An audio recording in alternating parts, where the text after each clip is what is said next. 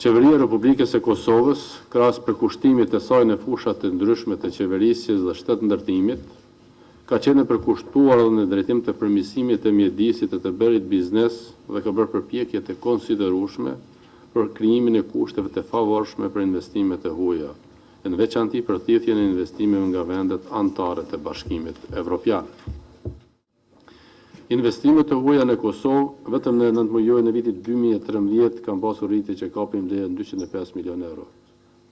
Ku nga këto 95 milion euro investime kanë qenë nga shtetet që janë anëtare të Bashkimit Evropian. Kjo shënon një rritje prej 15% të investimeve totale të huaja në Kosovë. Sektoret ku më së shumti ka pasur investime janë patundshmëria, prodhimi, energjetika, ndërtimtaria, transporti dhe telekomunikacioni, ndërsa shtetet nga Bashkimi Evropian që më së shumti kanë investuar në Kosovë janë Gjermania, Austria, Slovenia dhe Britania e Madhe. Për më tepër, 48% e kompanive të regjistruar vijnë nga Bashkimi Evropian apo 325 biznese.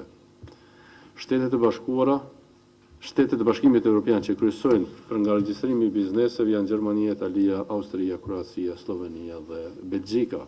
Kosova ofron kushte të shumta, resurse humane dhe natyrore, dhe mbi të gjitha ofron përkushtim të thellë për investime nga jashtë me theks të veçantë nga vendet e Bashkimit Evropian. Prime Minister, I want to inform you that we are also in the process of establishing a formal structure, the EU Investors Council in Kosovo, that will represent and advocate for the EU investors here. The Council will particularly wish to establish a constructive dialogue with you and relevant ministers in order to help make Kosovo a better destination for foreign direct investments.